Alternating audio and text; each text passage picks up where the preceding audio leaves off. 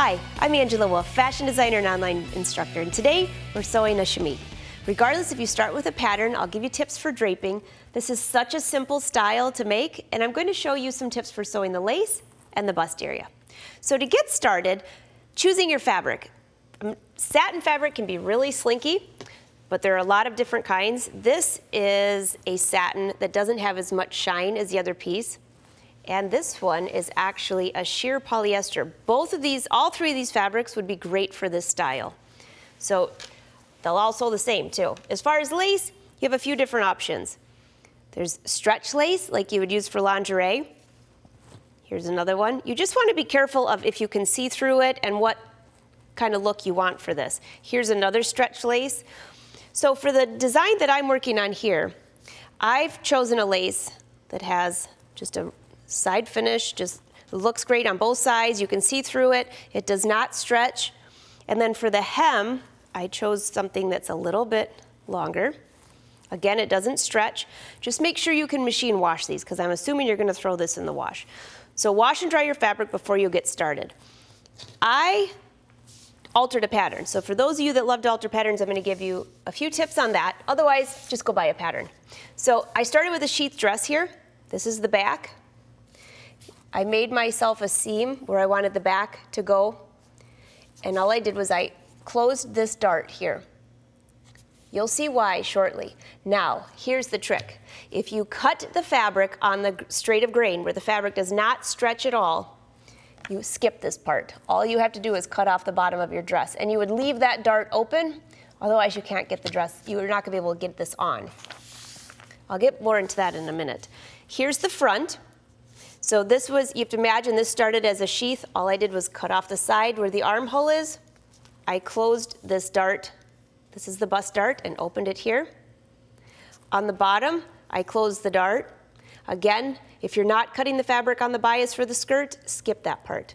So I'm going to take this to the dress form so you can follow. For those of you that want to learn pattern alterations, you can imagine this was the sheath dress. This would have been the center front here. The pink paper is what I've added. So this section here resembles this section here. Now that's a lot of fabric right here. Will you gather it? You've actually made your own dart. So if that confuses you, go buy a pattern, and then let's start sewing. I'll give you tips for that. So the first thing I want to do, this fabric here, I talked about cutting on the grain line and not cutting on the grain line. I actually turned my piece of fabric and cut this area here on the straight of grain. See how it doesn't stretch? So I altered my pattern just a little bit. So this is how I cut that out. Then I'm going to sew the lace on, which is right here. And if you look closely, I can see the bottom edge of this. I've already serged the edge. Satin can be so messy. So I first go through and serge the edges. And then we attach the lace. So let's go ahead and do that, and then we'll go back to the mannequin and pin this in place. So when you go to the machine, because I cut this on the straight of grain, it's not going to stretch out. And if you cut it on the bias, it would have like this little wonky thing. It's going to be perfectly straight. So just use a straight stitch, place your lace on top. It's your choice how far you want this over, but you really want it to maybe hide that serged edge. Now I used a contrasting fabric here, the blue and the black, so you could see a little bit better. But on the black, you can't notice this bottom part at all, so it's really your choice. I'm going to leave a little excess off because I can trim that later.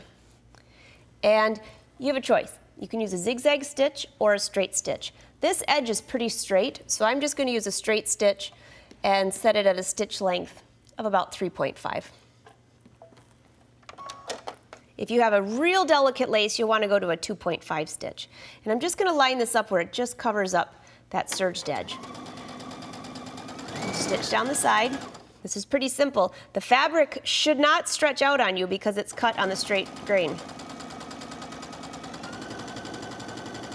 If you get confused about grain line, it's really simple. From selvage to selvage is one grain line, and going right next to the selvage is another grain line.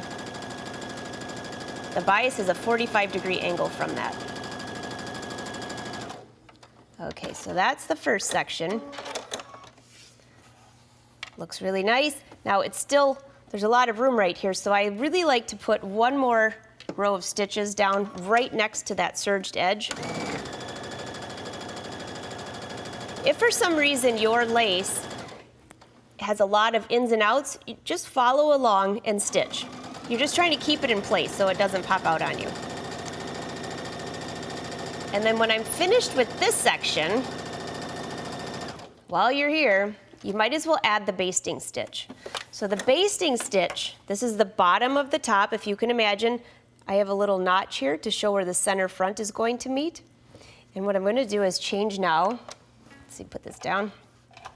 I'm going to do a straight stitch, back stitch, and then change it to a basting stitch, which is a stitch length of 5.0 or more, and baste along this entire bottom area. Get the rest of that lace out of here. And baste all the way to the end, and do not cut this part with your automatic cutter. Lift up and give yourself a little bit of a thread tail. Now I used 2 different colors of thread here. The bottom one is cream, so when I go up here and gather this together, you'll see what I'm doing. First, I'm just going to get rid of some of that excess lace. So you can see this is what we have so far. Is it resembling a little bit of a top? You could also add lace down this edge. I chose to add a bias binding, whatever you prefer, your choice. I'm just going to gather this together. I'm pulling the bobbin thread. This makes it a lot easier. And let's put this on the dress form.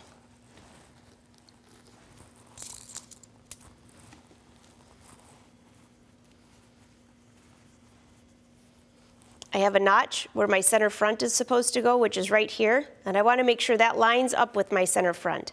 If you don't have a dress form, you can do this on the pattern. I'm just going to pin this in place so you can kind of see what this looks like. So all the gathering needs to go in this area here. That's where your bust dart needs to be. This lady's a little bit flatter than the pattern I made, but I think you're getting the idea. So I'm going to attach the other side and show you how to sew this on, but the next thing I want to mention is, do you see this skirt right here? This skirt was cut on the straight of grain, meaning that when you go to put this over your head, if I can pull out the right pin here, this does not stretch, okay? That's the one we'll go ahead and attach this to for now, but just to show you the difference. It still hangs nice, but it does not stretch. This one here was cut on the bias. Now you can go ahead and sew your skirt together. You just have 2 side seams and a center back seam. This one, look at how this stretches a little bit so you can get it over your head. That's always important. And the drape is a little bit different. So really fun. So those are your 2 options. I'm going to go ahead and use this piece here. It'll be easier for you to watch. Oops, slippery little fabric. Take this off of here and put this on the pattern so you can see it. We're going to gather this side here.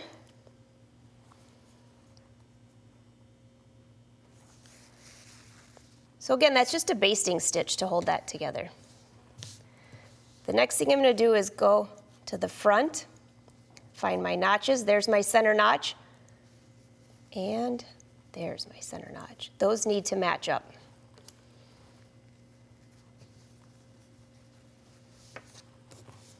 Turn my skirt inside out.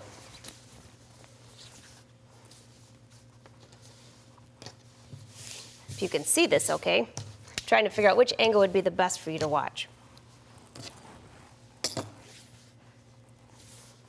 Locate the center front of your skirt, which is right here, and pin that in place with the center front that you have marked on your top. And again, the rest you're just going to gather. This part will end up at the side seam. Gather in place and gather. And just ease those gathers in so they're somewhat even. There's no golden rule on that. And then here's the other side. Start at the side. This fabric can be very slinky, so don't get discouraged if it keeps moving all over on you. When you get to the sewing machine, you'll calm it down. All right. And again, the back side, both of the tops cross over just a little bit, depending on your pattern. I'm sure yours probably will too. And let's go to the sewing machine. We're just going to stitch along that waist area. We've got right sides of the fabric together, starting at the side seam. If you're a little bit nervous of how this is going to look, go ahead and use a basting stitch first. That's always a safe thing, because if you screw up, you can just rip it out real easy. I'm just going to go ahead and stitch. Now what I'm doing is, you see all my gathers underneath here? I'm allowing that fabric to gather. So don't let it stretch out while you're sewing. You want those gathers there. That's your bust dart.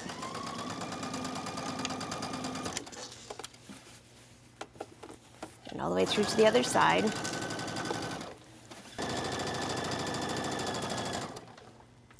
All right, let's see what we have. Let's go back here. Turn this right side out. So what I have here is the gathered area for the bust. If I had put lace here, that would have been finished. But instead, I'll show you on my blacktop what I did. Here, all you're gonna do is add a little bit of elastic. Just a thin elastic is fine. You just stitch that in place, which will gather it to your waist. You can get it over your head. And then the last thing is, these are straps. You can cut them on the bias. That's usually what works the best. I turn these around into loops, and I'm going to attach little loops like this to the side. So I'd attach one there, one here, and one here, and then you'll tie that. So let me just show you the back of this one. Super fast, super easy. This is all bias. If you want to learn how to do the adjustable straps, follow along. That shows up later in the season. So that's how easy it is to sew a satin chemise.